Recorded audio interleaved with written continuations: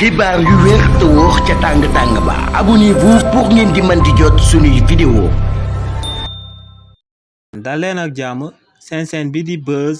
221 HD premier ministre bi di Ousmane Sonko démb ginnaaw ba mu demee biir assemblée nationale yëkkati woon na ay kàddu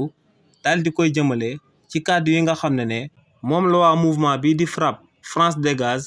yëkkati woon daal di xamal sénégalais yi que ne état bu bees bi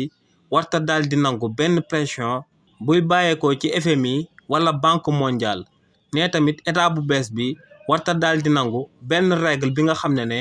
ñaari institution yooyee jëloon nañ ko daal di koy teg seen ndodd si li ni mel nag premier ministre bii di Ousmane Sonko daal dina ciy dalal xelu sénégalais yi ndax daal dinay xamal sénégalais yi que ne ci ndaje bu njëkk bi mu am ak waa ONU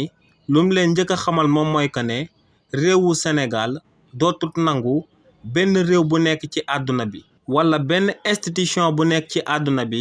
daal di koy imposer akub dictature ndax ne réewu Sénégal réew la bu daal di moom boppam réew la bu souverain bi nga xam ne léegi dirigeant yu bees yu ko daal di yore dañoo gëm seen bopp te la woon ni na nee nag ginnaaw bu mu yëkkatee kàddu yooyee daal di koy xamal waa FMI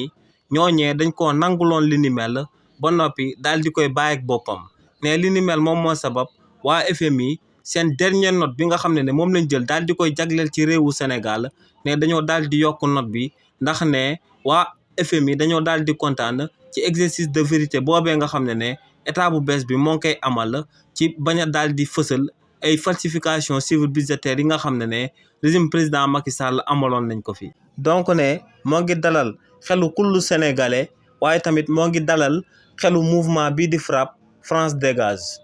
xibaar yu wér te wóor ca tàng ba abonnez-vous pour ngeen di mën di jot suñuy vidéo.